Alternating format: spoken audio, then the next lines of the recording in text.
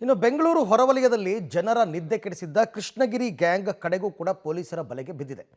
ಈ ಕೃಷ್ಣಗಿರಿ ಗ್ಯಾಂಗ್ ಹೆಸರು ಕೇಳಿದ್ರೇ ಬೆಂಗಳೂರು ಹೊರವಲಯದ ಜನರು ಬೆಚ್ಚಿ ಬೀಳ್ತಾ ಇದ್ರು. ಇಷ್ಟು ದಿನ ಬೈಕ್ನಲ್ಲಿ ಬಂದು ಮಂಗ ಮಾಯವಾಗ್ತಾ ಇದ್ದಂತಹ ಈ ಖತರ್ನಾಕ್ ಗ್ಯಾಂಗ್ ಈಗ ಫುಲ್ ಹೈಟೆಕ್ ಆಗಿದೆ.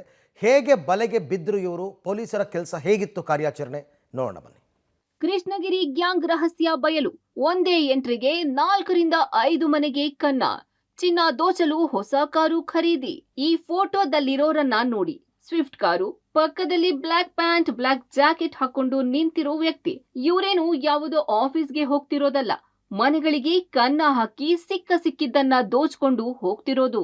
ಕಳ್ಳತನಕ್ಕೆಂದೇ ಈ ಹೊಸ ಕಾರನ್ನ ಖರೀದಿ ಮಾಡಿದೆ ಈ ಕೃಷ್ಣಗಿರಿ ಗ್ಯಾಂಗ್. ಹೌದು, ತಮಿಳುನಾಡಿನಲ್ಲಿ ಬೈಕ್ಗಳಲ್ಲಿ ಕಳ್ಳತನ ಮಾಡ್ತಿದ್ದ ಗ್ಯಾಂಗ್ ಅದನ್ನೇ ವೃತ್ತಿ ಮಾಡಿಕೊಂಡಿತ್ತು. ಆನಂತರ ಮನೆಗಳಲ್ಲಿ ಕಳ್ಳತನ ಮಾಡಿದ ಚಿನ್ನಾಭರಣ ಹೊತ್ತೊಯ್ಯೋಕೆ ಕಷ್ಟ ಆಗುತ್ತೆ ಅಂತ ಹೊಸ ಕಾರನ್ನೇ ಖರೀದಿ ಮಾಡಿತ್ತು. ಇದೇ ಕಾರಿನಲ್ಲಿ ರಾತ್ರೋರಾತ್ರಿ ನಗರದ ಹೊರವಲಯಕ್ಕೆ ಬಂದು ಹೊಂಚು ಹಾಕಿ ಮನೆಗಳಿಗೆ ಕನ್ನ ಹಾಕಿ ಸಿಕ್ಕ ವಸ್ತುಗಳನ್ನ ದೊಡ್ಡ ದೊಡ್ಡ ಬ್ಯಾಗ್ಗಳಲ್ಲಿ ತುಂಬಿಕೊಂಡು ಎಸ್ಕೇಪ್ ಆಗಿ ಬಿಡ್ತಿದ್ರು. ಬೆಂಗಳೂರು ಜಿಲ್ಲೆ ಅವಲಹಳ್ಳಿ ಪೊಲೀಸ್ ಸ್ಟೇಷನ್ ಲಿಮಿಟ್ಸಲ್ಲಿ 4 ಮನೆಗಳು ಮೇನ್ ಅದು ಹೌಸ್ ಬ್ರೇಕಿಂಗ್ ಆಗಿತ್ತು. ಆ ಪ್ರಕಾರ ಕೇಸ್ ರಿಜಿಸ್ಟರ್ ಮಾಡಿದ್ವಿ.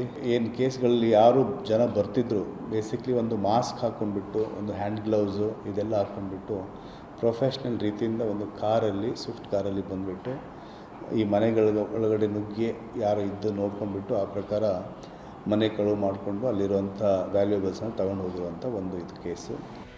ಈ ಗ್ಯಾಂಗ್ ಎಂಟ್ರಿ ಕೊಟ್ರೆ ಕೇವಲ ಒಂದು ಮನೆ ಅಲ್ಲ, ಇಡೀ ಏರಿಯಾದಲ್ಲಿ 5-6 ಮನೆಗಳಿಗೆ ಕನ್ನ ಹಾಕ್ತಿದ್ರು. ಮಿಸ್ ಆದ್ರೂ ಠಿಕಾಣಿ ಹಾಕಿ ಸ್ಕೆಚ್ ಹಾಕಿದ ಮನೆಯನ್ನೇ ದೋಚುತ್ತಿದ್ರು. ಕಳ್ಳತನಕ್ಕೆಂದೇ ತಮಿಳುನಾಡಲ್ಲೇ ಮಾಸ್ಕ್, ಗ್ಲೌಸ್, ಟೂಲ್ಸ್ ಖರೀದಿಸುತ್ತಿದ್ರು. ಇನ್ನು ಒಂದು ಮನೆಯಲ್ಲಿ ಕಳ್ಳತನ ಮಾಡಿದ ಬಳಿಕ ಅದೇ ಮನೆಯಲ್ಲಿ ಕದ್ದ ಬಟ್ಟೆಯನ್ನೇ ಧರಿಸಿ ಪಕ್ಕದ ಮನೆಯಲ್ಲಿ ಕಳ್ಳತನ ಮಾಡ್ತಿದ್ರು. ಚಿನ್ನಾಭರಣ ಕದ್ದು ನೇರವಾಗಿ ಸೇಲಂಗೆ ತೆರಳಿ ಬ್ಯಾಂಕ್ಗಳಿಗೆ ಮಾರಾಟ ಮಾಡ್ತಿದ್ರು.